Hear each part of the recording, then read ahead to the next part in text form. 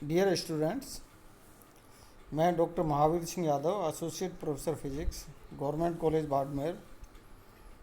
आज आप लोगों को बीएससी पार्ट फर्स्ट फिजिक्स का पेपर थर्ड इलेक्ट्रोमैग्नेटिज्म का topic curl of A vector field के बारे में अपना व्याख्यान देने वाला हूँ। पिछले व्याख्यान में मैंने divergence of A vector field बताया था, उसका फिजिकल सिग्निफिकेंस और कार्टेशियन कोऑर्डिनेट के अंदर किस तरह से उसको लिखा जाता है उसके बारे में डिटेल से बताया था। आज मैं जिन मुख्य बिंदुओं के ऊपर प्रकाश डालूंगा तो उनके अंदर वो हैं line integral of A vector field, physical importance of A line integral, curl of A vector field, physical importance of curl and curl in Cartesian coordinates. तो मैं सबसे पहले line integral of A vector field को लेता हूँ, अर्थात सदिश क्षेत्र का रेखा समाकलन। किस तरह से इसको रिप्रेजेंट करते हैं और क्या इसका फिजिकल मीनिंग होता है तो इसके अंदर बताने वाला हूँ।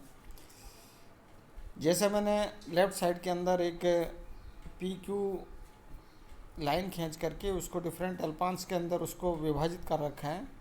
इन अल्पांश पर जो वेक्टर फील्ड है उसकी वैल्यू डिफरेंट होती है।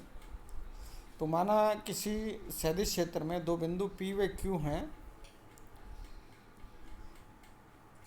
सदिश क्षेत्र के अल्पांशों पर सदिश क्षेत्र के मान A1, A2, A3 जो मैंने यहाँ इसके अंदर इस तरह से रिप्रेजेंट कर दिए हैं हो, तो विस्थापन अल्पांशों हैं उनकी स्थिति पर सदिश क्षेत्रों के अदिश गुणनफलों का योग W = A1 dr1, A2 dr2 plus A3 dr3 plus so on up to.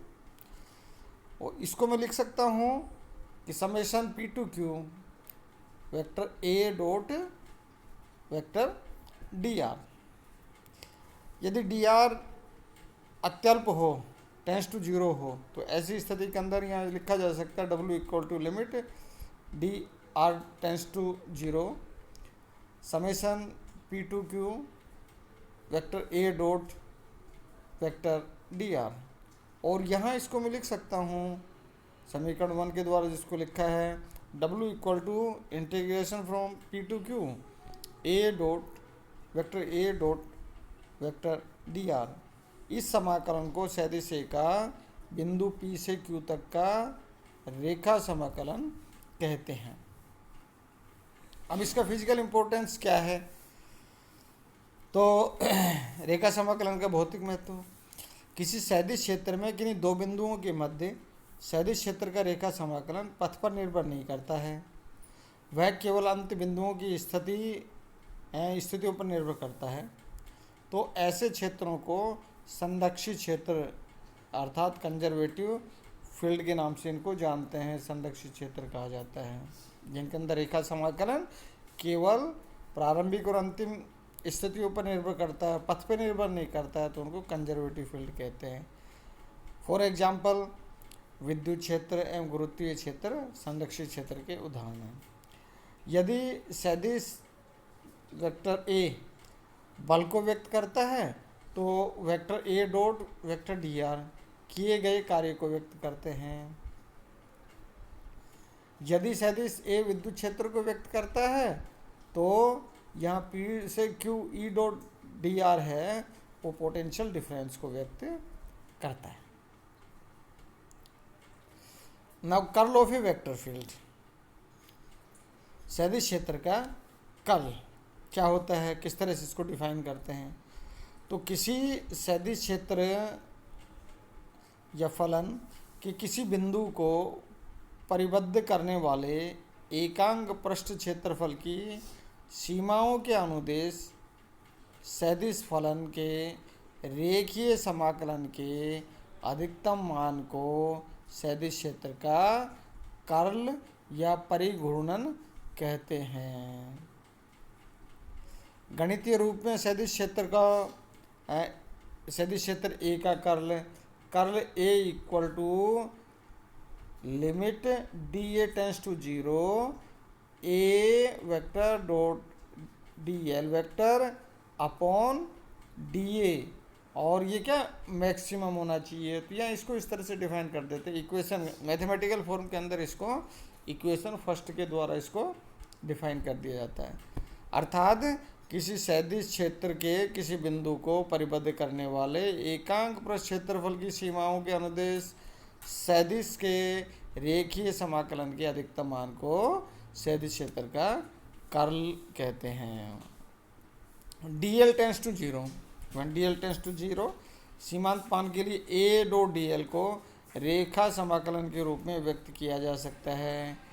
अतः मैंने लिख दिया है gamma equal to integral from A to dl को प्राय परिसंचरण के नाम से भी व्यक्त करते हैं। इसको यहाँ इधर ये मैंने ये दिखाया, इसका ये डी ए है और ये जैसे जस्ट परपेंडिकुलर है, और ये क्या क्लोज्ड पाथ है।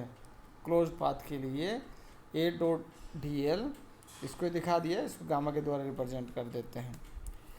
तो magnitude of curl A equal to limit d A tends to zero और gamma max upon d A, that is equal to limit d A tends to zero और 1 upon d A into integral A to d l max. या इसको इस तरह लिखा जा सकते हैं, इसकी दिशा उस तल के लंबवत होती है जिसमें स्थित क्षेत्रफल अल्पांश की परिसीमा पर परिसंचरण अधिकतम होता है। सदिश क्षेत्र का कर्ल एक सदिश राशि होती है। यदि एकांक सदिश एन कैप हो तो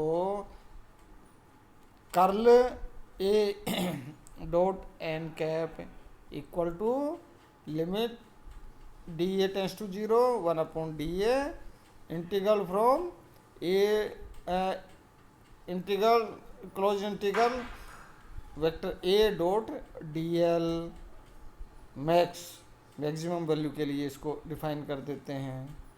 तो यहाँ ये जो कर्ल ऑफ वेक्टर फील्ड है उसको फिजिकल मीनिंग क्या है और यहाँ उसको मैथमेटिकल रिप्रेजेंटेशन क्या है, यह इसके अंदर बताया गया। अब यह फिजिकल इम्पोर्टेंस ऑफ कर्ल, अर्थात कर्ल का भौतिक महत्व क्या है, ये भी काफ़ी इम्पोर्टेंट है। तो सदिश क्षेत्र का कर्ल तरल या लिक्विड के घूर्णन को व्यक्त करता है। अतः सदिश क्षेत्र के कर्ल को उस क्षेत्र का घूर्णन भी कहा जाता है। किसी सदिश क्षेत्र के कर्ल का शून्य मान अर्थात del cross A equal to zero हो तो उस घूर्णन सदिश उसे घूर्णी सदिश क्षेत्र कहते हैं। किसी सदिश क्षेत्र के कर्ल का मान अशून्य अर्थात del cross A not equal to zero हो तो उसे घूर्णी सदिश कहते हैं। और यदि del cross A equal to zero है तो उसे क्या कहते हैं, अघूर्णी सदिश कहते हैं। और यदि del cross A not equal to zero है तो उसको घूर्णी सदिश कहते हैं। अर्थात यदि द्रव के सदिश वेग v का कर्ल शून्य नहीं है अर्थात curl v not equal to zero, तो द्रव की विशेष दिशा में गति के साथ साथ ये जैसे मैंने इसके अंदर यह बताया है, ये इसके अंदर ये गति बताई है के साथ साथ समान गति भी होती है। इस तरह घूर्णन गति भी होती है और आगे चलने की गति भी होती है। द्रव के भरे टब के पैंदे पर एक छेद हो तो टब में द्रव के निकलने के कारण इसके सतह पर गति भंवर रूप में होती है। इस प्रकार की गति के लिए द्रव के सदिश वेग का कर्ल शून्य के बराबर नहीं होता है।